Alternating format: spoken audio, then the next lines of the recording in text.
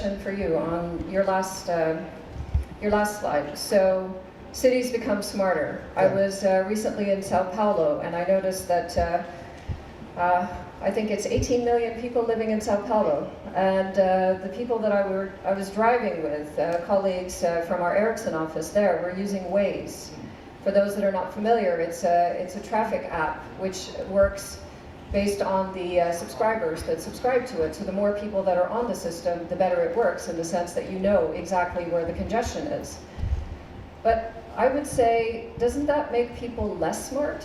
Because in some respects, they're completely reliant on the technology to be able to get around. And what does that do to their sense of direction? Because we were driving around and they didn't actually know where they were. So what if it stops working? Is it actually making us smarter, or is it potentially not making us so smart? Well, let's start with our sense of direction. So I live in a house with two floors.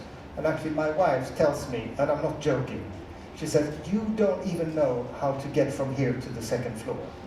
So we have to be aware that some people don't have a sense of direction to start with. So this helps us augment our decisions, and it helps us to do better things. If you think about the pen, that's a very advanced piece of technology, or the printing press.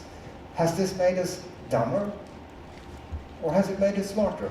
I think we need to think about these things as an ongoing story of how we're actually making less and less effort to reach a level where we have a better overview and can take better decisions. So I think maybe it doesn't make us smarter from an evolutionary perspective, but I do think it makes us act in a smarter way. Good point. Question for you, Maria. So you talked about urbanization and digitalization, but at the same time, if I were to reflect on social media and the fact that we could all be sitting in our homes, in our PJs, no matter where we are, whether it's in the suburbs or the city, and be connected.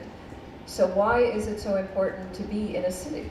And that was my point. It is counterintuitive, but if we could look at a map and see, where the social media activity throughout the world is.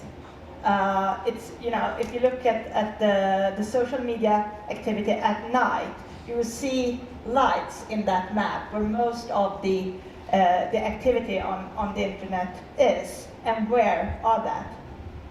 In cities. Okay, so it's possible, to be on Mount Everest emailing, but we don't do that. Occasionally, I work at the countryside sometimes, or in other places. I can do it. But my point was that all this new technology enable us to get more connections. And when we have more connections, we also need to meet. We can use technology for a certain kind of interaction, but then we also need the meeting like this. Why is Ericsson organizing a real live meeting if that would be the case? And economically, it's very easy to look at the economic activity in the world. 600 cities are the backbone of the world economy. Could I jump in on that Please. one? So actually, when we were with this event in Silicon Valley a couple of years ago, we released a report called City Life. I don't know if anyone of you read that report or have seen it, but actually we did some research on what you were talking about, and we found out two things. One was that, yes, you're quite right, social media is much more, the frequency of social media use is much higher in city centers than we compared cities and suburbs, but I think we did the average for the country as well. So city centers are much higher. But we found one more interesting thing. Do you know what that is? No. She has a microphone, so she can actually answer. I'll give you the report later on. So actually, physical meetings were also at a much higher frequency in city centers. So it doesn't mean that you go on. So going online doesn't mean that you leave your physical life.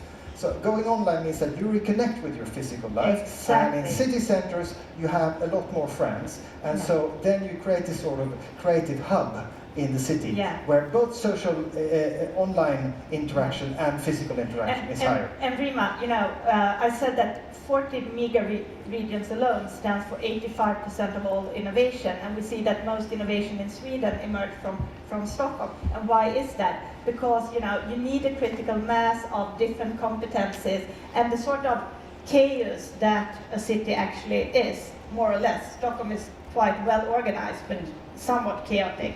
That chaos creates interaction between competences, people, perspectives, ideas that maybe wouldn't have happened otherwise. And in those new combinations, innovation occurs. Very good. So we do have microphones. If there are questions, we'll stop for a minute to see if there's any hands, any questions. Otherwise, I have a couple of other questions to ask. There's a question there. If you can get to me.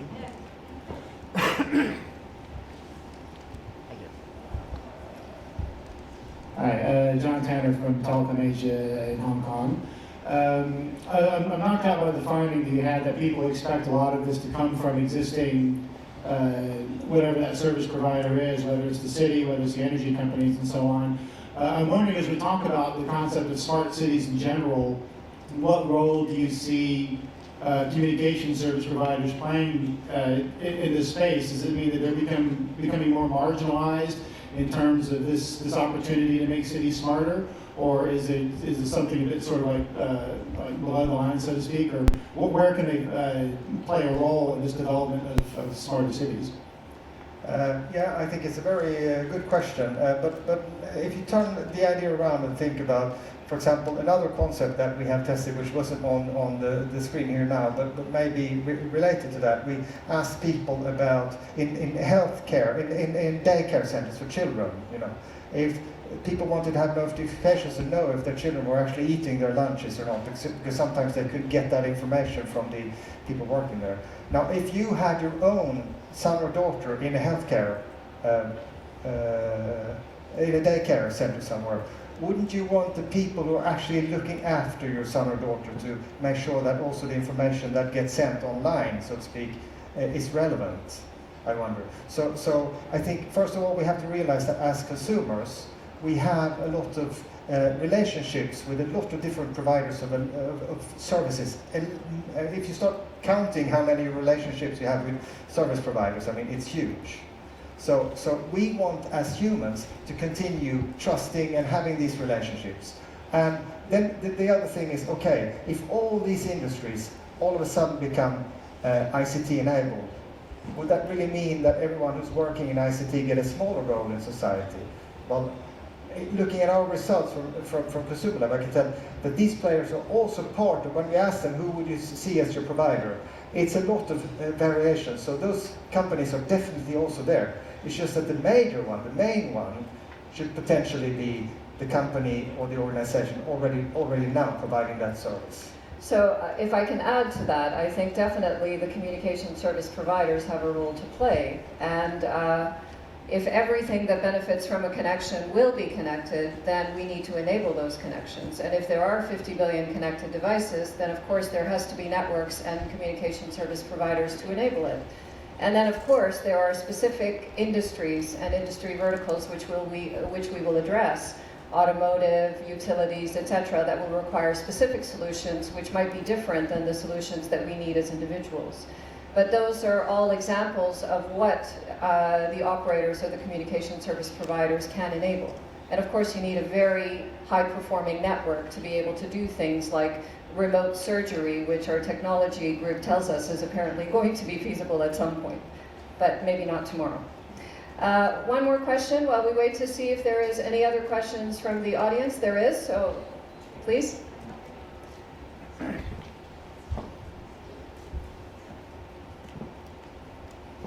Hi, Francisco Rubio from Mexico, CNN. You said in your keynote that the main service provider for a lot of new cities and digital cities will be either the government or the technological companies. So how does this has changed in the last 2 or 3 years now that there has been a lot of talk about governments messing with our privacy and technology companies working with them to get data for another purpose? Thank you. Yeah, actually, we did the same type of survey last year, actually, at the event with the report we published in Tokyo. And that report was called Smartphones Change Cities, and I'd be happy to provide you with a copy of that one too. And actually, we asked the same type of, we had different concepts that we were testing and slightly different sort of focus on those.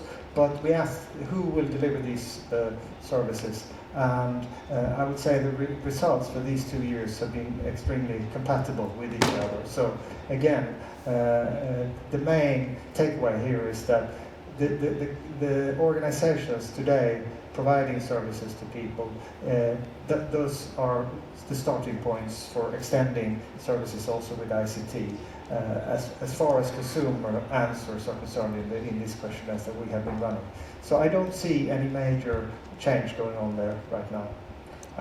And of course, for us, working in 180 countries, we always respect the rules and regulations and privacy of the individual. So from our perspective, that always is an important aspect of everything that we do.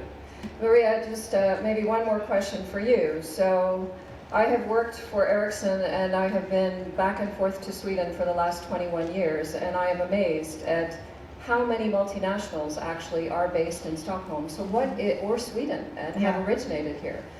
What is the secret of the success of Sweden?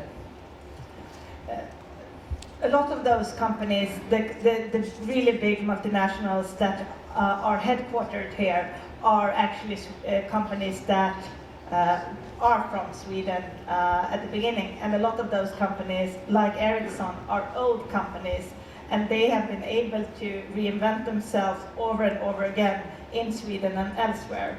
But what has happened in more recent history is that Sweden, the last 25 years or so, has changed dramatically. I would argue that Sweden is probably the Western economy that has opened up the most, that has reformed the most over this period of time. So, you know, some people have this sort of 70s image of Sweden with maybe a lot of blonde girls, but also very high taxes and the country sort of on the verge of socialism. That is not the case at all. Sweden has increased its economic freedom dramatically. And what's interesting is that that has happened no matter what kind of government we have had. So both under social democratic and center-right governments. Then we also have had an influx of international companies placing their Northern Europe or Nordic headquarters in Stockholm over the last 10 years, and that has gone up. Okay. Any last questions? One last question, please. Right here? Right in the middle, right here. A question for Michael. I worry about what the relationship is between what people tell you and what they do. So you've been doing this research for a long time now. Do you ever look back at earlier reports and see if what you predicted would happen in the way people react, not the products that come out with, is what has come to pass?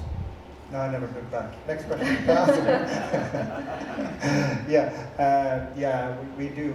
Actually, we do, for example, a lot of time series analysis and stuff like that. And I think if you look, depending on your time perspective here now, ConsumerLab has been around since 1995. So we have a fairly massive sort of body of data where we can do sort of analysis over time. And I think for all of you in this room, I mean, we all have been smartphone users. Well, maybe not all of us, but most of us have been smartphone users for quite some time. So we don't see this sort of a change with smartphones as something interesting anymore. But actually, as consumers, we are still in this sort of, let's say, honeymoon or love affair phase with smartphones and see all these opportunities.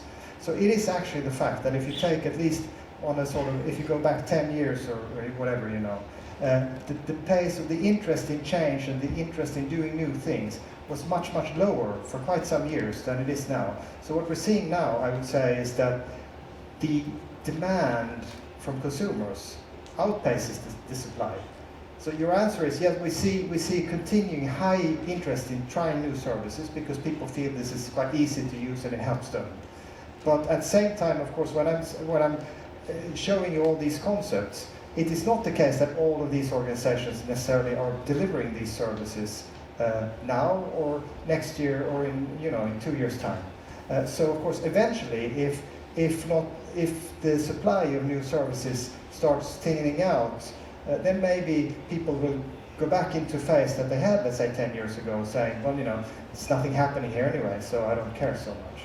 But right now, the uptake of new services that become available is measurably much, much higher than it's been for long periods of time, I would say.